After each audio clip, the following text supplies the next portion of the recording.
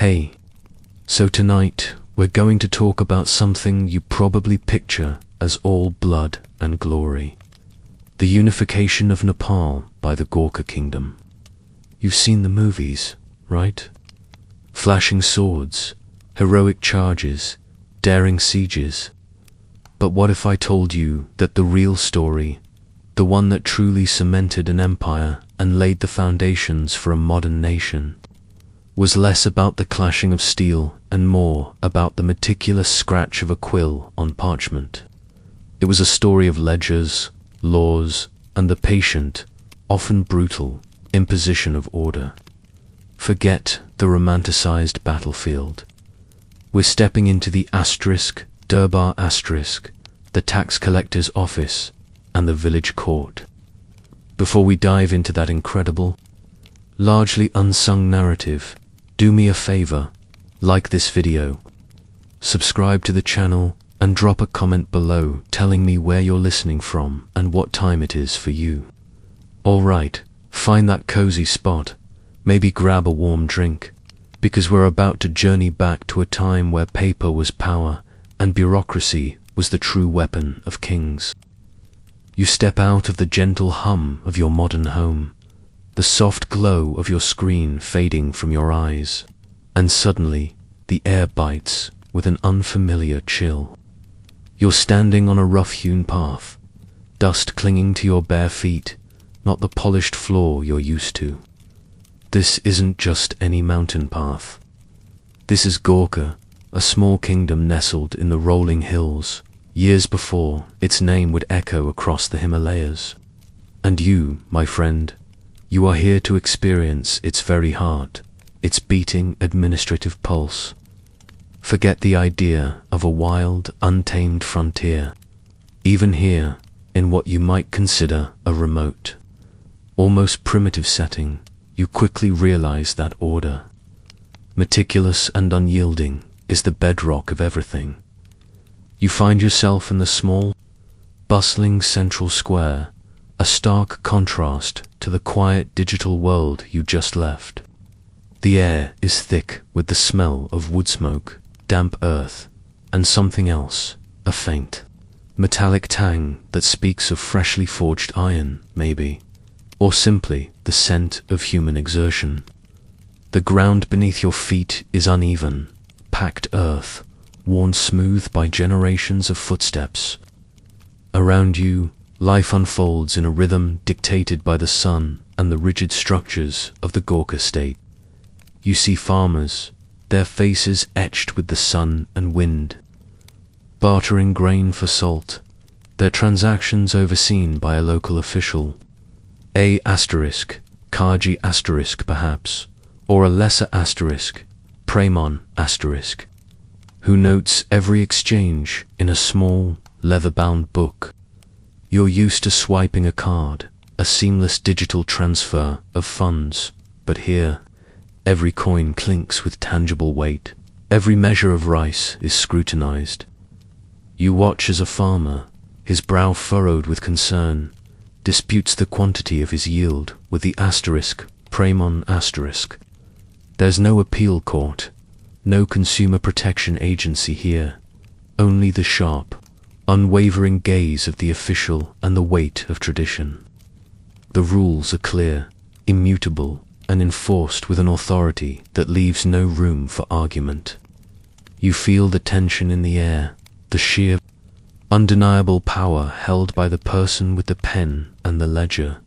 Your gaze drifts towards the Durbar asterisk. Not a grand palace by the standards of Kathmandu or but a sturdy, practical structure of stone and timber. It exudes an aura of quiet power, not ostentation. Inside, you imagine the true machinery of Gorkha is in motion. You've heard tales of King Prithvi, Narayan Shah, even in this nascent stage, a man of fierce ambition and even fiercer intellect. But his ambition isn't solely about conquest. It's about structure, about building a system that can endure. You realize that Gorkha's strength isn't just in its warriors, but in the unseen army of scribes, clerks, and officials who meticulously record, tax, and govern. You walk closer, drawn by the rhythmic sound of a distant gong. It signals a shift in the workday, perhaps, or a call to an assembly. As you near the *Durbar*, you catch snippets of conversations, not about battle strategies, not yet, but about land surveys, about the allocation of *Jagaris, land grants to loyal subjects, about the collection of *Malpat land revenue. You even hear a heated discussion about the quality of the rice harvest in a particular valley, and how that will impact the state's coffers. This is not the stuff of epic poems, you think, but it is the stuff of empire. This is the bureaucratic underbelly, the hidden engine that will drive Gorkha's expansion. You feel a sense of awe, a grudging respect for the sheer organizational effort required to run even this relatively small kingdom. You're accustomed to government services being a few clicks away, an abstract concept of efficiency. Here, efficiency is a handwritten ledger, a meticulously kept record of every birth, every death, every harvest, every tax payment. You see a group of men, cloaked in rough wool, emerge from a side entrance of the *Durbar*.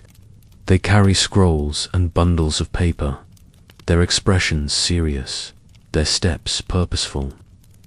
These are the Bardars, the high officials and their assistants. They are not warriors, not in the traditional sense, but they wield a power that is arguably more profound, the power of information, the power of law. Imagine sitting in on one of their council meetings. You're perched on a rough wooden bench, feeling the cold seep into your bones. The room is dimly lit by oil lamps, casting dancing shadows on the stone walls. The air is thick with the smell of parchment and stale ink, mixed with the earthy scent of the men around you.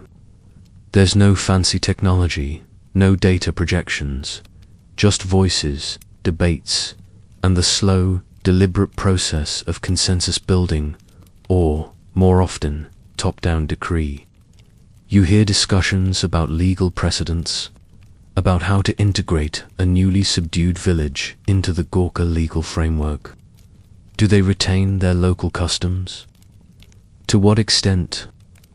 How will their taxes be assessed? These aren't simple questions, and the answers laid down here will shape the lives of thousands. You witness a dispute being settled, not in a bloody brawl, but through a patient, albeit firm, application of Gorkha law.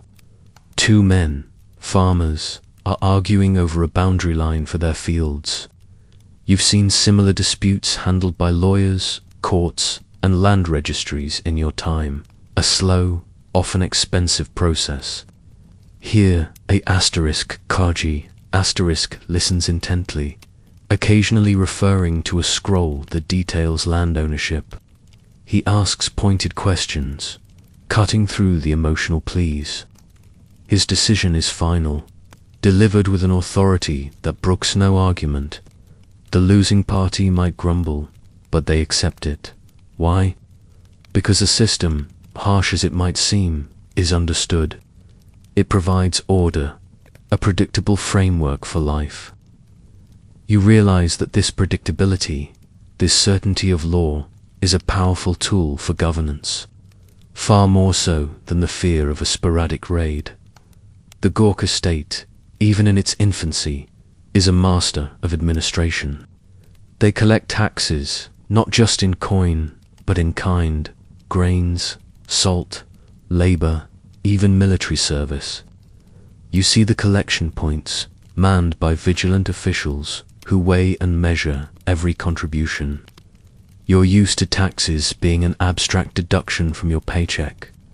Here, it's a physical handover, a tangible surrender of your labor's fruits.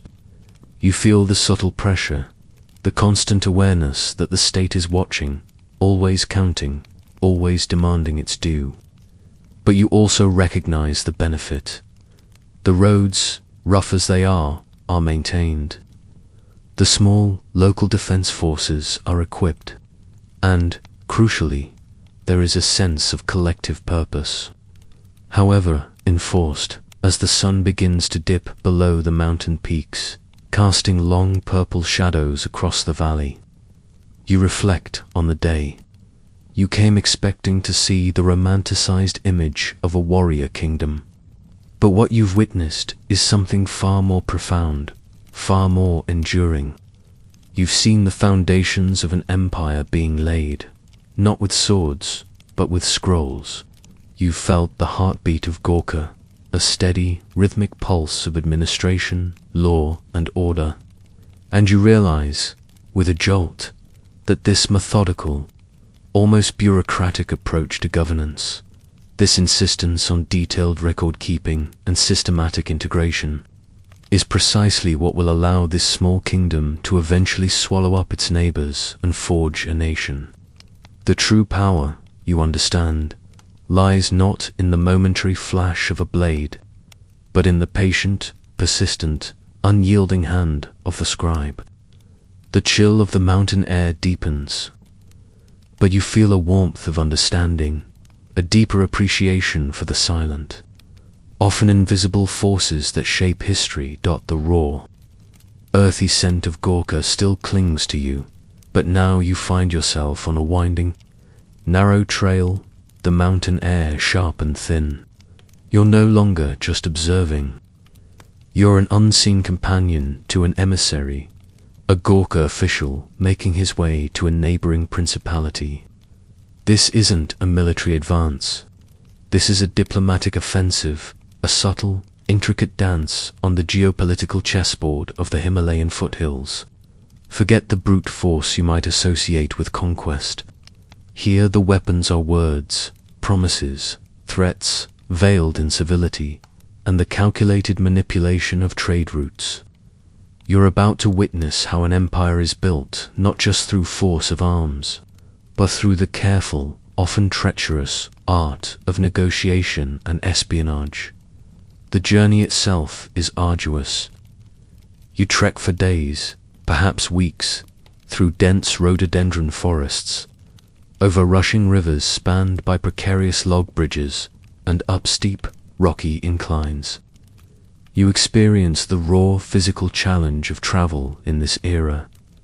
No paved roads, no comfortable vehicles.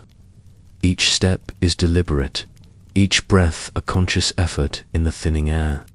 You sleep under the stars, wrapped in rough blankets. The howls of unseen animals, a constant, primal reminder of the wilderness that surrounds you. You taste the sparse, simple, fair-dried meat, roasted corn, perhaps a handful of wild berries, a far cry from the varied and convenient diet you're accustomed to.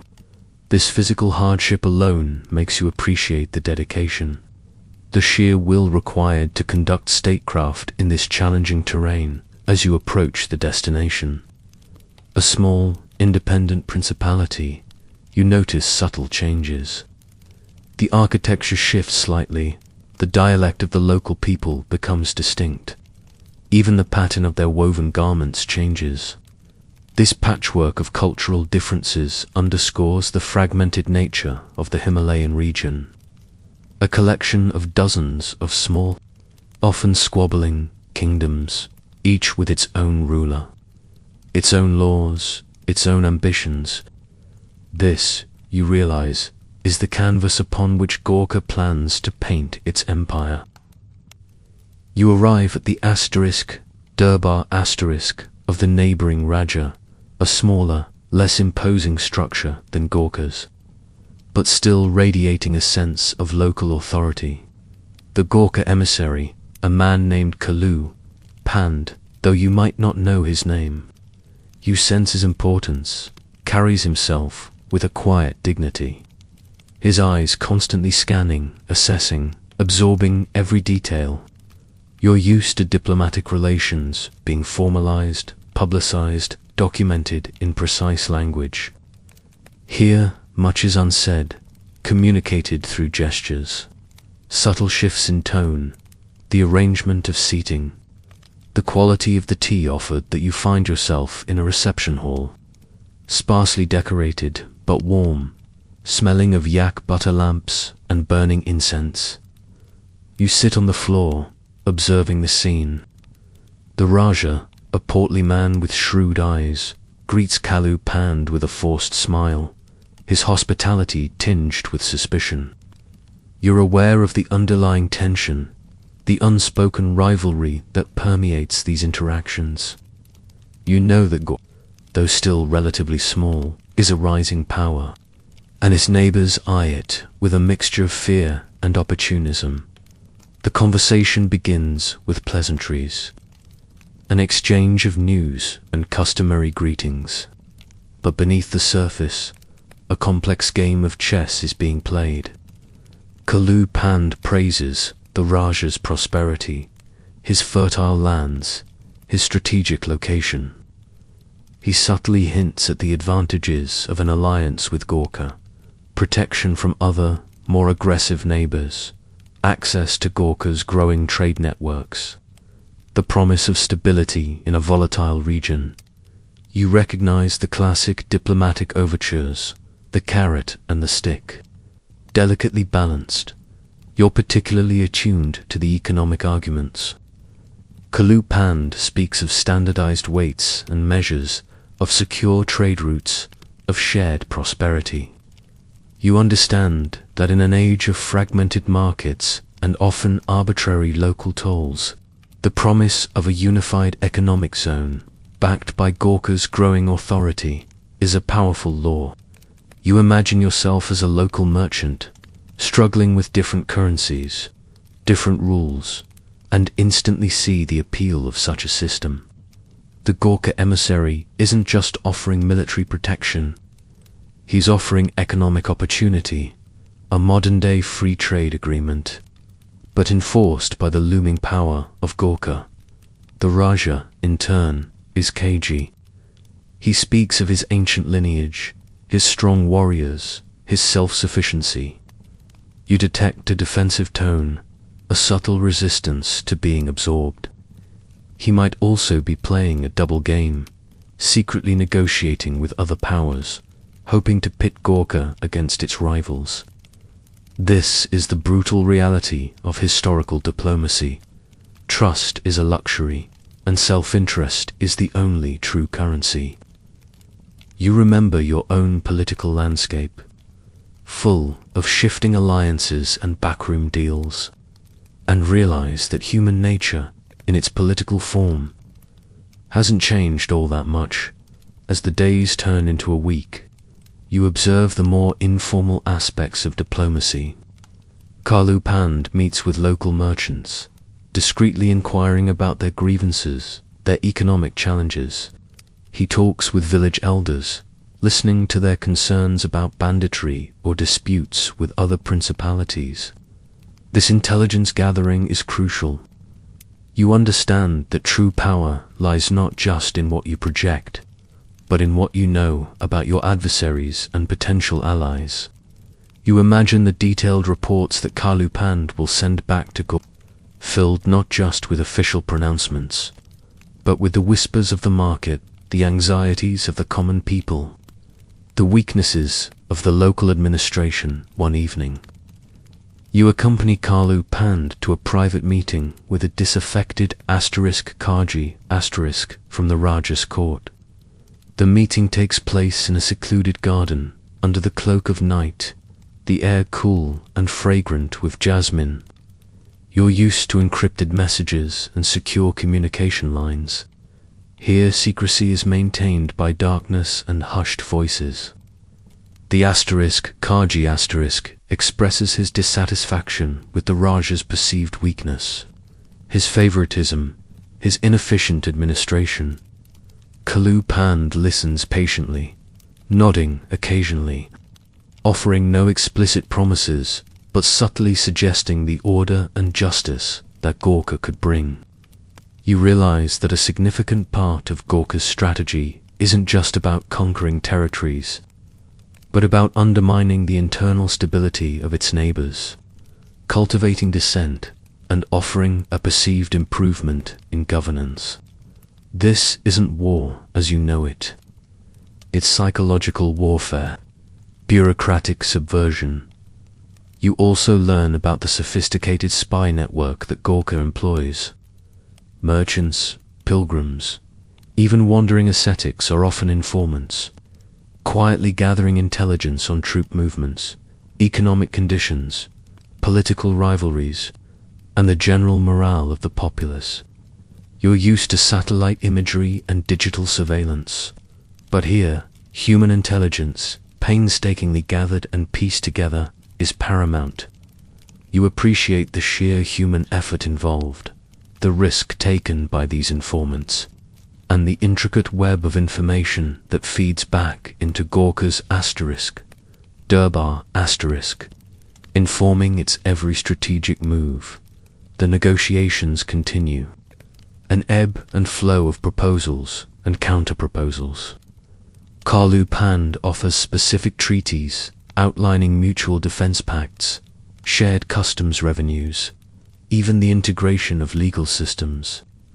He emphasizes the stability that a unified Gorkha-led region could bring, the end to constant border skirmishes and internal strife. You see that Gorkha isn't just seeking submission, it's seeking integration, a deeper, more lasting form of control that goes beyond mere military occupation. It's an offer of a shared future, albeit one dictated largely by Gorkha as the time for departure nears. No definitive alliance has been forged, at least not openly. But Kalu Pand leaves behind more than just diplomatic words. He leaves behind Gorkha's influence, its proposals, its subtle promises, and its implied threats. You realize that this visit isn't about an immediate victory, but about planting seeds, about setting the stage for future actions, whether diplomatic or, if necessary, military. The Raja has been forced to consider his options, to weigh the benefits of aligning with Gorkha against the risks of resisting. As you trek back towards Gorkha, the journey feels different. You've seen the unseen hand of power at work. You've understood that conquest isn't always a thunderous charge. Sometimes it's a quiet conversation, a strategic marriage, an economic blockade, or a carefully worded treaty. You've felt the weight of diplomatic maneuverings, the tension of hidden agendas, and the brutal calculus of self-preservation that governed these fragmented states. You recognize that the Gorkha kingdom, even in its early stages, understood that true and lasting power lay not just in its army, but in its ability to understand, manipulate, and ultimately integrate the complex human and political landscape around it. The chess pieces are moving, and Gorkha is playing a long, patient game, one where bureaucracy and diplomacy are as potent as any sword. You return with a new appreciation for the silent architects of empire, those who wielded the pen and the persuasive word with as much skill as any warrior wielded a blade. The air here is different. It's not the raw, earthy scent of Gorkha's fields, nor the diplomatic tension of a foreign Durbar asterisk. Here, the scent is of old parchment, ink, and the subtle, lingering aroma of burning oil lamps. You find yourself in a small, Spartan chamber, the flickering light playing across scrolls and maps spread on a low wooden table. You are in the private study of a young man, earnest and intense, who will one day be revered as the unifier of Nepal, Prithvi Narayan Shah. But at this moment, you are privy to his formative years, his intellectual awakening, the period where his grand vision for a unified nation was painstakingly forged, not in battle, but in contemplation and study.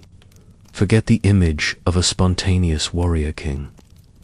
You are witnessing the birth of a strategist, an administrator, an architect of empire. You're used to instant information, endless resources at your fingertips. Here, knowledge is hard-won, gathered through travel, observation, and the painstaking study of texts. You see him poring over old treatises, likely on statecraft and military strategy, brought back from his travels to places like Varanasi. You don't understand the ancient script, but you see the intensity in his gaze, the way his fingers trace the intricate characters. He's not just reading, he's dissecting, analyzing, absorbing. He's comparing the administrative systems of other kingdoms, both successful and failed, weighing their strengths and weaknesses. You realize that his ambition isn't just about expanding Gorkha's borders. It's about creating a better system, a more enduring state. His time in Varanasi, a bustling hub of intellectual and religious thought in what is now India, clearly left an indelible mark. You imagine him there, a young prince from the rugged mountains, observing the vast intricate administration of the Mughal Empire or the Maratha Confederacy. He saw how complex economies were managed, how diverse populations were governed, how justice was administered on a large scale. He wasn't just a tourist. He was a student of empire. You might recall your own travels, perhaps to a foreign land, and how you observed different ways of life. Prithvi Narayan Shah was doing the same, but with the future of a nation resting on his observations. He wasn't looking at monuments. He was looking at infrastructure, at bureaucratic frameworks.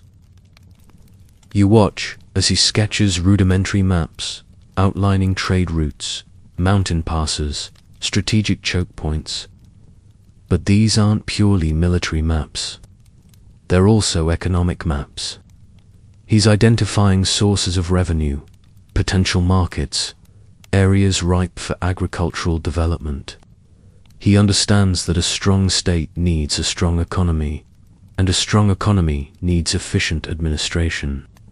You see him make notes, perhaps about standardizing customs duties, about establishing royal monopolies on certain goods, about improving irrigation systems in fertile valleys. These are not the concerns of a purely military leader. These are the detailed blueprints of a nation-builder. You hear him in quiet conversation with his trusted advisors, men like Kalu Pand, who share his vision and his meticulous approach. Their discussions are not of daring raids, but of Pajani the annual review of official appointments, ensuring loyalty and competence. They speak of Maluki Ain the nascent concept of a unified legal code that would supersede the myriad of local laws and customs in the territories he hoped to integrate. You're used to the concept of a national legal system, a constitution. Here, you're witnessing the very genesis of that idea. The profound realization that a shared legal framework is essential for national cohesion. Imagine living in a country where every district had its own laws, its own punishments. The chaos would be immense. Prithvi Narayan Shah understood this deeply. He understands the psychological aspect of governance. He knows that simply conquering a territory isn't enough. Its people must feel that they are part of a larger, beneficial whole. This means offering something better than what they currently have. More stable governance, fairer justice, protection from bandits and external threats, and crucially, economic opportunities. He envisions a system where local elites are integrated into the Gorkha administration, given roles and responsibilities, rather than simply being replaced. This, you realize, is a shrewd administrative tactic, turning potential adversaries into collaborators. You also see his awareness of the five-finger policy, a concept he later famously articulated. emphasizing the need to keep external powers like the East India Company at bay, while simultaneously unifying the internal fragmented states. This wasn't just a military dictum. It was a comprehensive foreign policy and economic strategy. He understood that political independence required economic self-reliance and carefully managed international relations, an administrative challenge of immense complexity.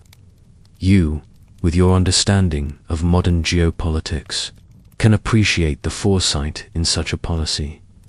You spend hours, perhaps days, in this quiet, intense atmosphere, watching Prithvi Narayan Shah work. He's not just a dreamer. He's a planner, a meticulous organizer. He drafts letters to neighboring rulers, carefully weighing each word, each phrase, knowing that diplomacy is often the precursor to, or the alternative to, war. He reviews reports from his spies and emissaries, synthesizing disparate pieces of information into a coherent strategic picture. You're used to data analytics and business intelligence. This is the analog equivalent, executed with astonishing rigor and foresight. You witness his attention to detail, even in the seemingly mundane aspects of statecraft.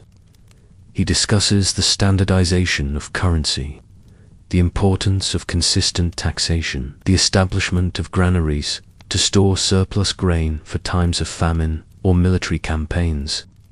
These are the unsung heroes of nation building, the bureaucratic mechanisms that ensure stability and resilience. You realize that a true leader, especially one building an empire from scratch, must be equally adept at leading armies and balancing ledgers. You feel the weight of his responsibility, the immense pressure of forging a nation out of a fragmented collection of warring states. There's no instruction manual for this, no pre-existing template for a unified Nepal.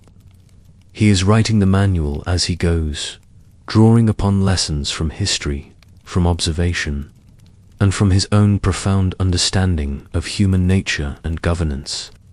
His vision isn't just about military might. It's about the creation of a durable, well-ordered, and self-sufficient state. It's about building institutions that will outlast any single ruler or any single battle. As you step out of his study, the faint scent of ink still lingering, you carry a newfound appreciation for the quiet labor of nation building. You've seen the architect at work, not with bricks and mortar, but with ideas, with systems, with the painstaking details of administration. You understand that Prithvi Narayan Shah's genius lay not just in his ability to lead men in battle, but in his profound grasp of bureaucracy, his conviction that a lasting empire needed more than conquest. It needed infrastructure, law, and a unified system that could integrate diverse peoples and economies. He was not merely a warrior. He was a scholar of statecraft, a visionary administrator whose quiet hours of study laid the groundwork for a nation. You realize that the foundations of modern Nepal were poured in this very room, by the light of an oil lamp, long before the first major battle was ever won. His pen, you understand, was perhaps his most powerful weapon. You're suddenly transported, not to the roar of a battlefield, but to the dusty, sun-baked square of a newly subdued village. The air is tense, thick with the smell of apprehension, mixed with the familiar sense of dung and wood smoke. The sounds are hushed, punctuated by the clatter of tools and the murmur of unfamiliar voices speaking Gorkhali. You're witnessing a critical, often overlooked phase of Gorkha's expansion, the administrative conquest, where the scribe's blade, not the warrior's, carves out the true and lasting victory. This isn't a quick, decisive battle. It's a slow, methodical integration, the subtle imposition of a new order that will profoundly change every aspect of life. You stand among the local villagers, their faces a mixture of fear, resignation, and perhaps a flicker of curiosity. Their previous Raja has been defeated, his forces scattered. You're used to news of political change, coming via instant alerts, formal announcements. Here, the news travels by word of mouth, by the sight of unfamiliar uniforms, by the arrival of a new contingent of officials. The palpable anxiety in the crowd is a stark reminder of the disruption this brings to their established lives. Suddenly, a group of Gorkha officials, *Bardas*, and their assistants, enters the square. They are not armed warriors, though a few Gorkha soldiers stand guard at the periphery. These men are armed with quills, inkpots, and large rolls of parchment. They exude an air of quiet authority, their expressions serious and focused. You realize that these are the true agents of Gorkha's lasting power, the administrators who will solidify what the soldiers have won. You watch as they begin their work. This isn't a celebratory procession. It's an audit, a survey, a systematic takeover. First, they gather the village elders and former officials. You see the subtle, almost imperceptible shift in power dynamics. The local leaders, once supreme, now defer to the Gorkha *BHARDARS*, their authority diminished, their roles redefined. There's no overt brutality, but the message is clear. A new authority is in charge. The Gorkha officials begin by meticulously surveying the land. You're used to GPS and satellite imaging for land registration. Here, it's done by foot, with measuring ropes and trained eyes. They mark out fields, estimate yields, assess the fertility of the soil. This is the foundation of Gorkha's revenue system, the Malpat*, or land tax.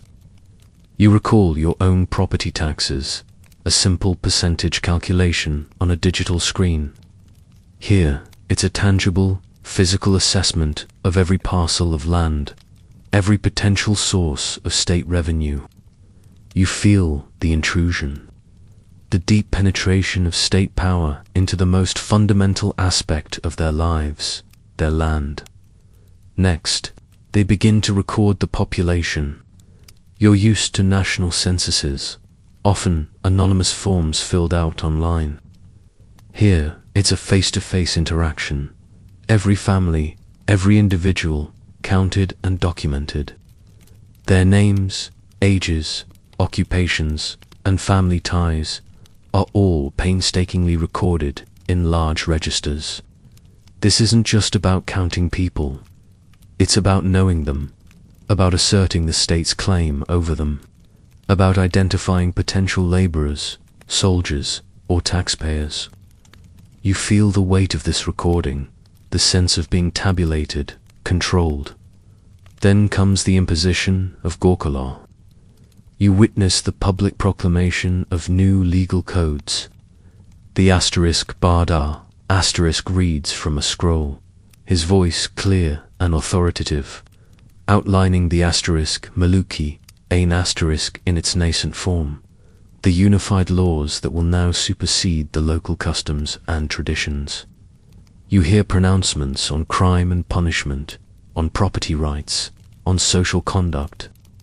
There are murmurs from the crowd, some of understanding, some of confusion, some of resentment. You realize that for generations, these people have lived under their own customary laws, passed down orally. Now, a new, written, and enforced legal system is being imposed, often with little explanation or consultation. This is a subtle act of cultural conquest, integrating them into a larger legal framework, often for the first time. The crisp mountain air invigorates you, carrying the scent of pine and distant wood smoke. You find yourself standing not on a battlefield, nor in a grand *Durbar*, But amidst the controlled chaos of a bustling marketplace in a town recently brought under Gorkha sway, the sounds are a cacophony of human voices haggling, calling out wares, gossiping, punctuated by the bleating of goats and the distant lowing of cattle. But beneath this vibrant surface, you perceive the subtle, powerful hand of the Gorkha state, meticulously orchestrating a grand economic unification. This isn't just about trade. It's about controlling the very lifeblood of a nascent empire, about securing the granary's grip that underpins all military and administrative power. You're used to globalized markets, endless choices, and complex supply chains. Here, the economy is local, tangible, and profoundly influenced by the immediate environment. You see farmers laying out their produce, heaps of freshly harvested rice, bundles of spinach, baskets of colorful peppers. Artisans display their wares, rough woolen blankets, intricately carved wooden tools, hammered copper vessels. The air hums with transactions, each one a mini negotiation. But you quickly notice the new elements.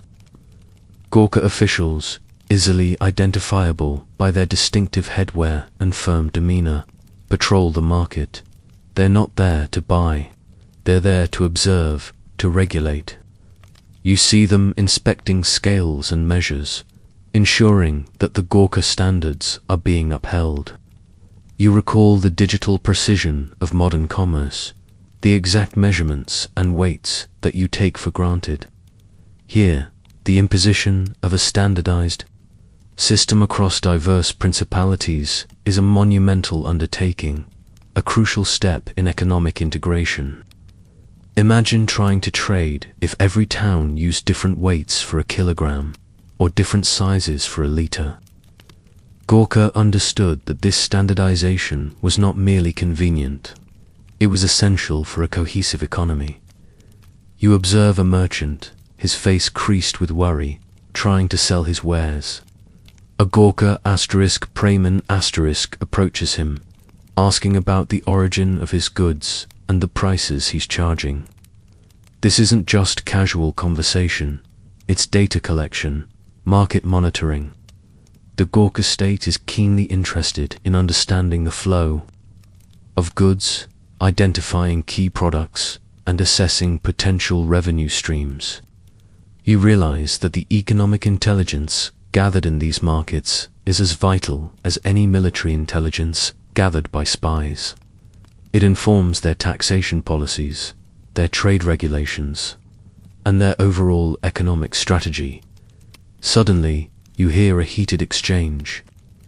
A merchant is accused of smuggling goods past a newly established Gorkha customs post. The Gorkha official is stern, his voice unwavering. The fine is substantial, the message unequivocal. The state controls the trade routes. You see the merchant's frustration, but also his eventual compliance. You understand that in your world, customs and tariffs are complex policy debates. Here, they are enforced realities, direct instruments of state power, ensuring that revenue flows directly into Gorkha's coffers. This control over trade routes, mountain passes, river crossings, key market towns, is not just about taxation. It's about strategically channeling wealth towards the central authority. You reflect on the concept of royal monopolies. You recall reading about how Prithvi Narayan Shah instituted state control over valuable commodities like copper, iron, and salt. You see the evidence of this in the market. Certain goods are handled only by officially sanctioned traders, their prices fixed by the state. This might seem restrictive, even brutal, to your modern sensibilities of free markets. But in the context of building a nascent empire, it's a brilliant strategy. It ensures a steady, reliable source of revenue for the state, bypassing the vagaries of private enterprise and preventing wealth from consolidating in rival hands. It funds the army, the administration, the building of infrastructure. Your eyes are drawn to a massive granary, a sturdy stone building with a heavy wooden door, guarded by Gorkha soldiers. This is where the surplus grain from the land tax, the Malped asterisk, is stored. You're used to food being abundant, always available in supermarkets. Here, food security is a constant concern. The granaries are not just storage facilities, they are strategic assets. They ensure that the army is fed during campaigns, that the population doesn't starve during famines, and that the state has a powerful leverage over its populace. You realize that control over food supply is perhaps the most fundamental form of power, a power that the Gorkha state wields with meticulous efficiency. You imagine yourself as a farmer in this newly integrated territory. Your harvest is now subject to Gorkha taxes, a portion of your hard-earned produce taken for the state. You might resent it, but you also see the benefits. The Gorkha rule has brought a new level of security. Banditry, a constant menace under the fragmented previous rule, is significantly reduced. The trade routes, though now taxed, are safer and more reliable. You might grumble about the new regulations, but you also grudgingly acknowledge the stability and order they bring, a tangible improvement to your daily life. This is the subtle persuasion of bureaucracy. You may not like every rule, but you appreciate the overall structure it provides. You move through the market, observing the diverse array of goods. You see goods from the plains of India, textiles and spices, alongside local Himalayan products like musk and herbs. The Gorkha state, by unifying the region, is creating a larger, more integrated market, fostering interregional trade. You understand that this expanded economic sphere benefits everyone, even as it centralizes control. It's a pragmatic approach, recognizing that economic prosperity is a powerful incentive for loyalty and stability. As the day winds down and the market slowly empties, you sit on a rough stone bench, watching the Gorkha officials lock up the granary for the night. The moon rises, casting long shadows across the square. You reflect on what you've seen. You came expecting tales of conquest by force, but you've witnessed conquest by ledger, by tariff, by standardized measure, and by stored grain. The granary's grip is a powerful metaphor for Gorkha's economic strategy, a firm, deliberate hold on the material foundations of life, ensuring that all wealth and resources ultimately flow towards the center, sustaining the burgeoning empire. You understand now that the unification of Nepal wasn't just about military might, but about the profound, systematic effort to integrate and control the economic life of disparate regions. It was about creating a cohesive economic unit where resources could be efficiently managed, taxes reliably collected, and trade routes secured. This meticulous economic administration, you realize, was as vital to the Gorkha triumph as any battle won on the field. The subtle power of the marketplace, carefully controlled and strategically managed, was indeed one of the most potent weapons in Gorkha's arsenal. You leave with a deeper appreciation for the silent architects of economic empires, those who understood that controlling the flow of goods and the security of the granaries was the true path to lasting power. You find yourself standing on a dusty village path, the afternoon sun warm on your skin.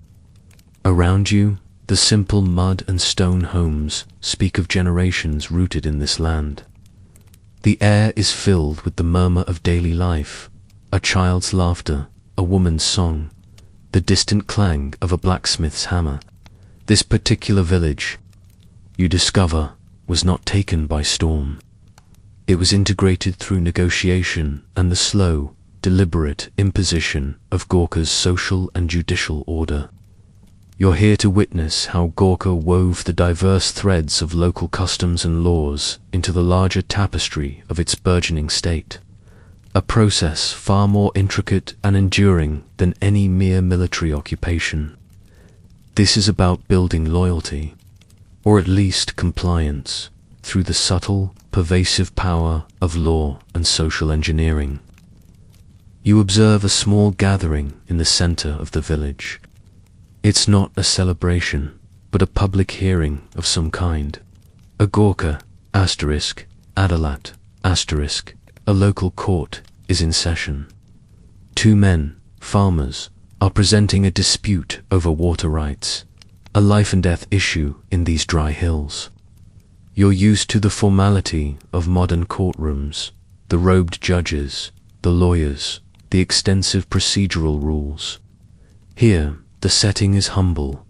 A few officials seated on a raised platform, the villagers gathered around, listening intently. The air is tense with the weight of the decision, which will profoundly impact the livelihoods of those involved. The presiding Gorkha official, a Praman with a weathered face and a clear, strong voice, listens patiently to both sides. He asks probing questions, referring occasionally to a heavy scroll of parchment, the Maluki Ain, the evolving legal code of Gorkha. You realize that for generations, such disputes would have been settled by local elders, by customary law, perhaps even by a decision of the local Raja. Now, a new, centralized legal authority is in play. The Praman weighs the arguments not just against local custom, but against the wider, more standardized principles of Gorkha law. You notice the meticulous record-keeping. A scribe sits beside the Praman carefully noting down the arguments, the evidence, and ultimately, the judgment. This isn't just about resolving a dispute. It's about establishing precedent, about documenting the extension of Gorkha's legal reach. You're used to digital records, searchable databases. Here, every decision is a handwritten entry, a tangible piece of the expanding Gorkha legal framework. You feel the gravity of this, the profound impact of written law on an oral culture. The judgment is delivered, firm and clear. One farmer is granted the primary water rights. The other is allocated a lesser share, with specific instructions on how to manage the flow. There's no appeal, no higher court within reach for these villagers. The decision is final. You see the losing farmer's disappointment, but also his acceptance. Why? Because the system, while perhaps not always delivering the desired outcome, is seen as legitimate. It is predictable, it is consistent, and it provides a clear resolution, ending a potential feud that could have escalated into violence. You realize that a just, albeit strict, legal system is a powerful tool for social cohesion, drawing diverse communities under a single, overarching authority. But it's not just about imposing laws. It's about social integration. You learn that Gorkha, under Prithvi Narayan Shah, was surprisingly pragmatic in its approach to conquered peoples. While it imposed its legal and administrative framework, it often co-opted local elites, giving them roles within the new system. A former local chieftain might become a talakta, responsible for collecting taxes and maintaining order in his district, but now accountable to the Gorkha Durbar. This is a shrewd move. It prevents widespread rebellion by giving local power brokers a stake in the new order, rather than simply disenfranchising them. You recognize this as a sophisticated form of political engineering, blending old power structures with new ones. You also observe the efforts to assimilate different ethnic and caste groups. Gorkha society itself had a complex caste structure, and as the kingdom expanded, it encountered an even wider array of social formations. The Maluki in its development, aimed to create a unified social code, attempting to reconcile or sometimes simply subsume diverse customs. This was a long, often difficult process, but the goal was to forge a shared sense of identity under the Gorkha banner. You see the subtle, everyday interactions where different groups, once suspicious of each other, now share the same market, pay the same taxes, and are subject to the same laws. You become aware of the emphasis on loyalty. Public oaths of allegiance to the Gorkha king are sometimes required. These aren't just empty rituals. They are powerful symbolic acts, binding individuals to the new state. You imagine the mixed emotions of the villagers participating in such an oath. Fear of reprisal for non-compliance, but also perhaps a nascent sense of belonging to something larger and more powerful. You're used to national identity being taught in schools, reinforced by media. Here, it's forged through direct, often compulsory, participation in the rituals of the state. Even the military becomes a tool of social integration. Soldiers from newly acquired territories are often incorporated into the Gorkha army, serving alongside Gorkha regulars. This not only swells the ranks, but also creates a shared experience, a common purpose, forging new bonds of loyalty to the king and the state. You see these soldiers, dressed in similar uniforms, sharing meals, training together. The distinctions of their former principalities begin to fade, replaced by a new identity. Gorkha soldier, as you spend more time in the village, you notice the slow, almost imperceptible shifts in daily life. The Gorkhali language, once foreign, is now heard more frequently in conversations. Gorkha coins are the accepted currency. The children, oblivious to the political shifts, play games that reflect the new order. You understand that this is the essence of social and judicial integration, a gradual, pervasive process that reshapes not just governance, but identity itself. You reflect on the contrast between your own society, which often struggles with integrating diverse populations, and this historical example. Gorkha's approach was often top-down, sometimes rigid, but it was remarkably effective in its goal of creating a unified state. It understood that military conquest was just the first step. The true challenge lay in weaving the threads of loyalty, the social, legal, and economic fabric into a cohesive whole, as evening falls and the villagers gather around their cooking fires. You feel the chill of the mountain air, but also the warmth of a profound insight. You realize that the unification of Nepal was not merely a military feat. It was a masterclass in social and judicial engineering. It was about creating a shared legal framework, integrating diverse communities, and forging a common identity under the Gorkha banner.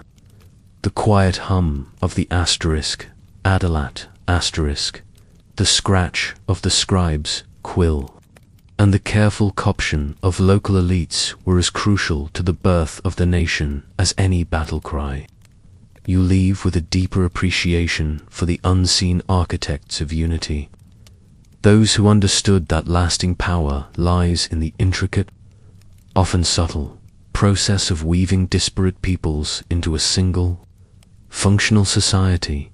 The air is thick with the dry scent of old paper and the faint, metallic temps of ink. You are deep within the Durbar in Gorkha, in a chamber you wouldn't typically associate with the drama of empire building, the central record office. Scrolls are stacked floor to ceiling, in wooden racks and clay pots. Clerks, with spectacles perched on their noses, bend over low tables, their quills scratching tirelessly across parchment. This isn't the romanticized image of court intrigue. This is the grinding, meticulous, and utterly essential bureaucracy that fuels a rising power. You are witnessing the mountain's paper trail, an intricate web of documents that are the true sinews of Gorkha's control, the very backbone of its unification efforts. You're used to digital databases, instant retrieval of information, and automated processes. Here, every piece of information, every land grant, every tax record, every judicial decree, every military appointment is painstakingly handwritten, stored, and retrieved manually. You watch a clerk, his fingers stained with ink, carefully unroll a long scroll detailing land ownership in a newly acquired valley. He's cross-referencing it with another scroll, perhaps a census record, his brow furrowed in concentration. The sheer volume of this paperwork, you realize, is staggering, and its accuracy is paramount to the functioning of the state. Imagine the consequences of a lost tax record or a misfiled land deed in a world where there are no backups, no digital archives. One of the most critical aspects you witness is the asterisk, Bajani asterisk. You're not just hearing about it, you're experiencing the palpable tension it creates. The asterisk, Bajani asterisk, is the annual renewal or dismissal of all government officials. From the highest asterisk, Kaji asterisk, to the lowest village headman. It's a process that ensures loyalty, competence, and prevents the entrenchment of corrupt power.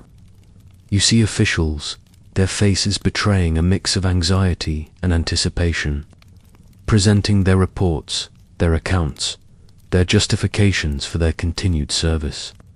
You're used to job security, annual performance reviews, but nothing quite as absolute as this. Imagine being one of those officials.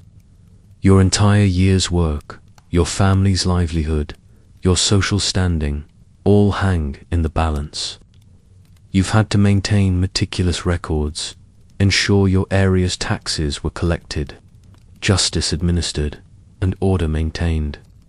Any lapse, any sign of disloyalty or inefficiency could mean dismissal or worse. This constant pressure, this annual reckoning, instills a profound sense of accountability throughout the Gorkha administration. It's a brilliant, if brutal, bureaucratic mechanism for maintaining control and dynamism within the expanding state. You observe the officials presenting their detailed revenue reports. They detail how much grain was collected from asterisk Malpit. Asterisk, how many coins from customs duties, how many labor days were exacted for public works. You're reminded of your own tax season, the complexity of filling out forms. Here, the complexity is multiplied by the lack of technology, the sheer manual labor involved in collecting, recording, and reporting. These reports are scrutinized, audited, and compared against previous year's records. The state knows, with remarkable precision, the economic output of its territories. This deep understanding of its resource base is what allows Gorkha to plan its military campaigns, to sustain its army, and to fund its administrative expansion beyond revenue. You witness the meticulous records of military logistics. Scrolls detail the number of soldiers, their assignments, their pay, often in land grants or in kind, and the supplies allocated to them. You see records of armaments, gunpowder, and even the procurement of essential goods like salt and blankets for the troops. This isn't just a haphazard collection of warriors. It's a professional, well-administered army, sustained by a robust logistical bureaucracy.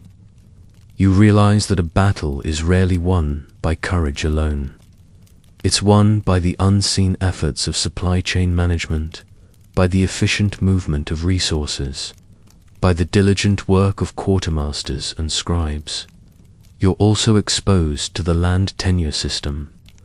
Scrolls detail every parcel of land, who owns it, what its classification is royal land. Asterisk Jagirs. Asterisk granted to officials. Asterisk Guthi. Asterisk land for religious endowments, etc., and what taxes are owed. You might find the concept of land ownership relatively straightforward in your modern world, with digital registries. Here, it is a complex, often fluid system, and the state's meticulous records are crucial for maintaining order and preventing disputes. Every boundary, every inheritance, every land sale, every grant must be documented. Without this, chaos would reign, and the very foundation of the state's economy would crumble.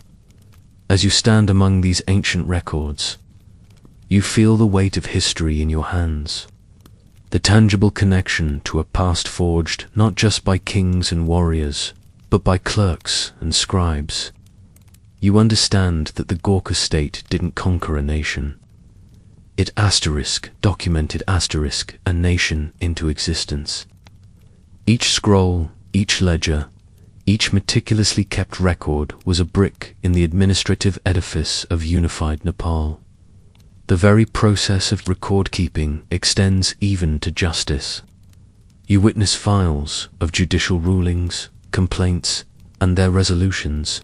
You realize that the Gorkha legal system, while perhaps harsh by modern standards, was also remarkably systematic. It aimed for consistency, for precedent, for a uniform application of law across its expanding territories. This wasn't just about punishment. It was about creating a predictable legal environment, a sense of order and justice that citizens could rely upon, albeit within the confines of a strict hierarchy.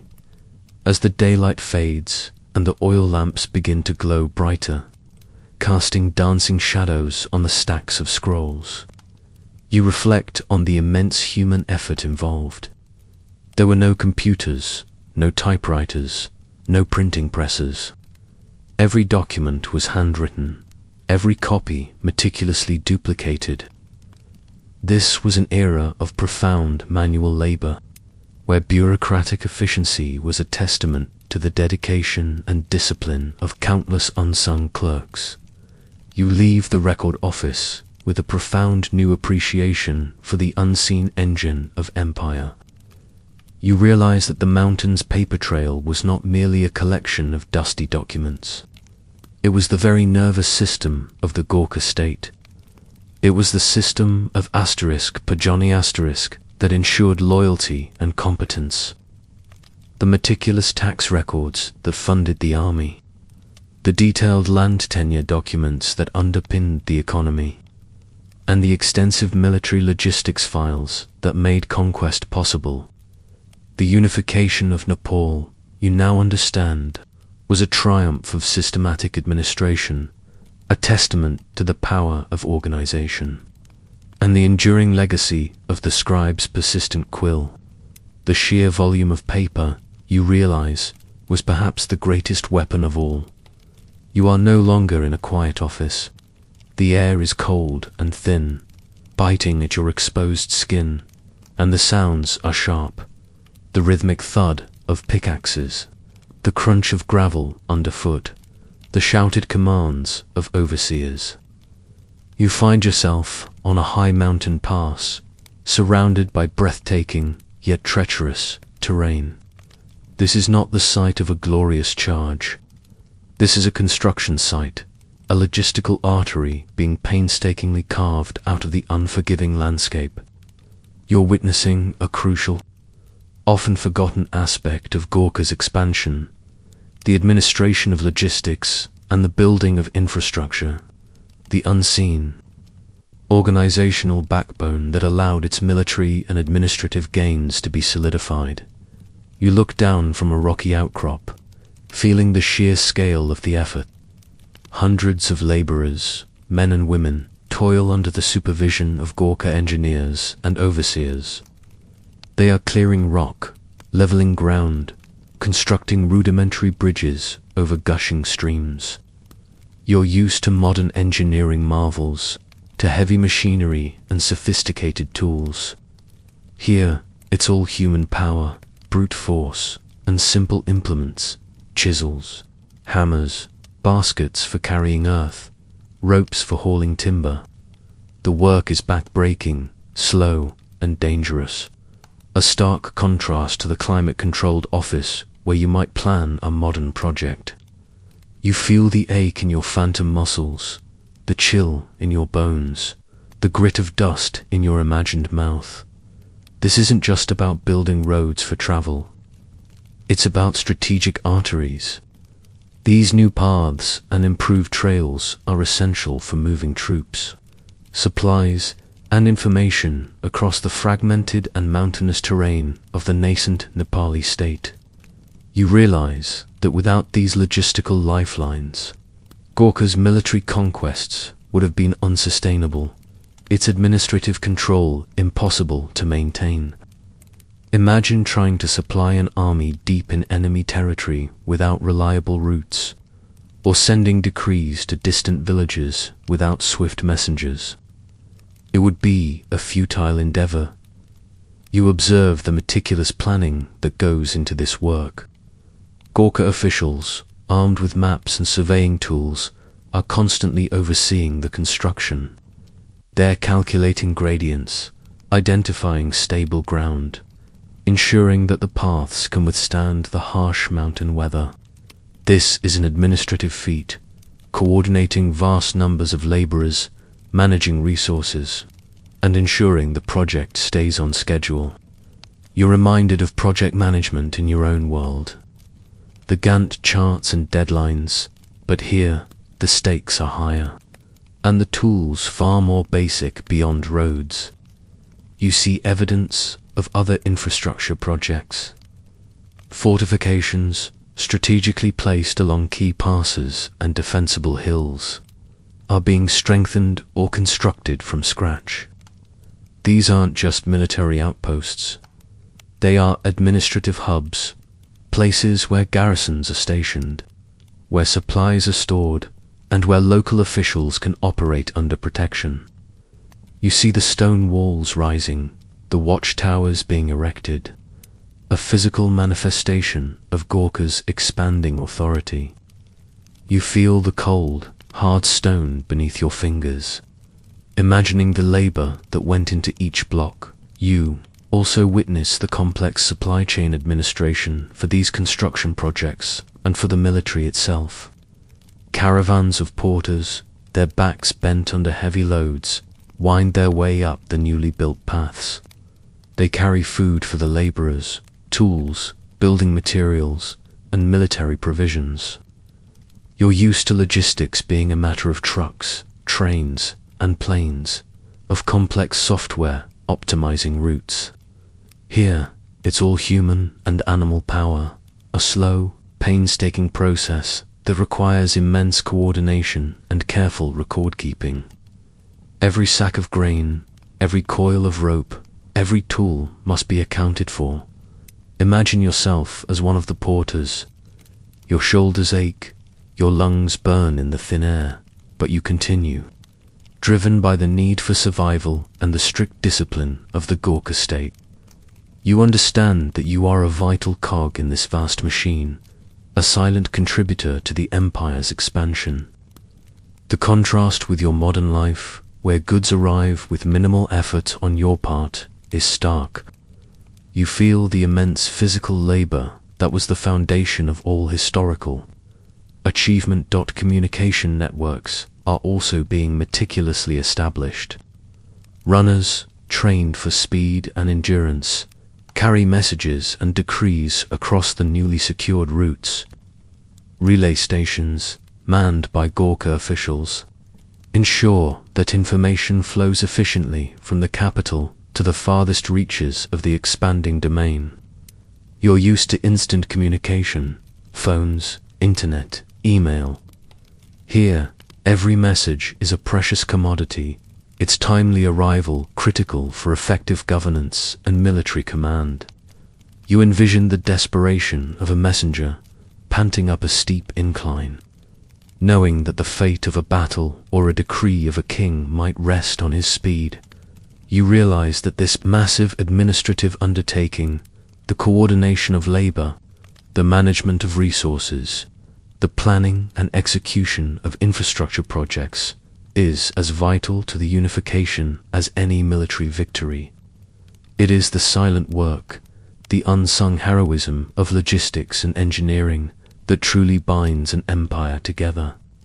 Without these arteries of communication and supply, the Gorkha conquests would have been merely temporary occupations, unable to sustain themselves or project lasting authority as the sun begins to dip. Painting the mountain peaks in fiery hues, the laborers begin to lay down their tools, their bodies weary but their purpose clear. You watch them gather around small fires, sharing their meager meals, their faces etched with the day's toil. You reflect on the incredible administrative genius required to mobilize such human resources and orchestrate such complex projects across such challenging terrain. You leave the mountain, pass with a profound sense of awe and a new understanding. You recognize that the Gorkha unification was not just a story of audacious kings and brave soldiers. It was a testament to meticulous planning, tireless organization, and the systematic administration of logistics and infrastructure. It was the beyond the battlefield work, the roads, the forts, the supply lines, the communication networks that transformed temporary military gains into lasting administrative control. The true architects of empire, you conclude, were not only those who strategized in the Durbar *, but also those who oversaw the construction crews and managed the endless flow of supplies, binding a nation together one stone, one path, one weary porter at a time.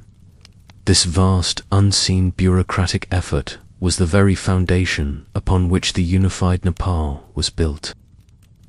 The sounds of the past slowly fade, and the familiar hum of your modern home returns. The soft glow of your screen reasserting itself.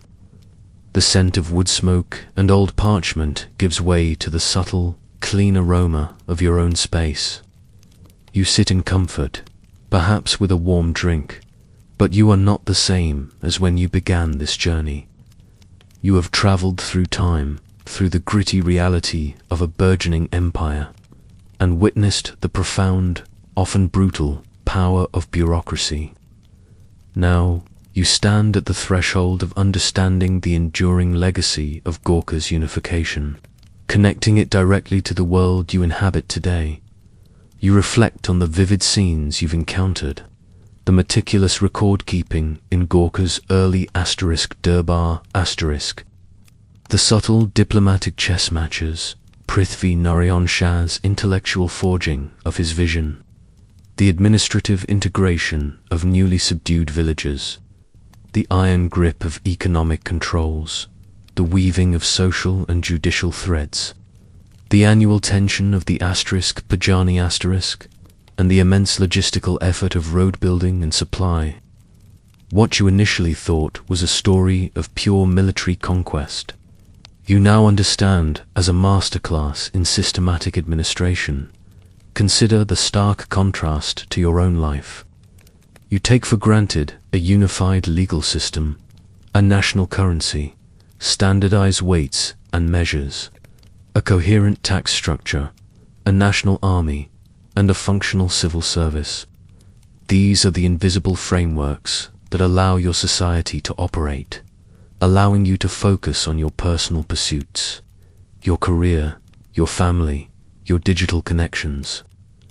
But now you see that these very frameworks, this seemingly mundane bureaucracy, were painstakingly, often violently, assembled over centuries.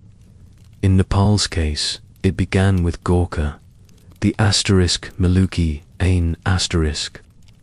The unified legal code whose nascent form you witnessed being proclaimed in dusty village squares, continued to evolve, becoming the basis for Nepal's legal system for over a century. You realize that the concept of a single set of laws, applied more or less uniformly across a vast geographical and cultural landscape, was a radical innovation. It brought order out of chaos, predictability out of arbitrary local rule.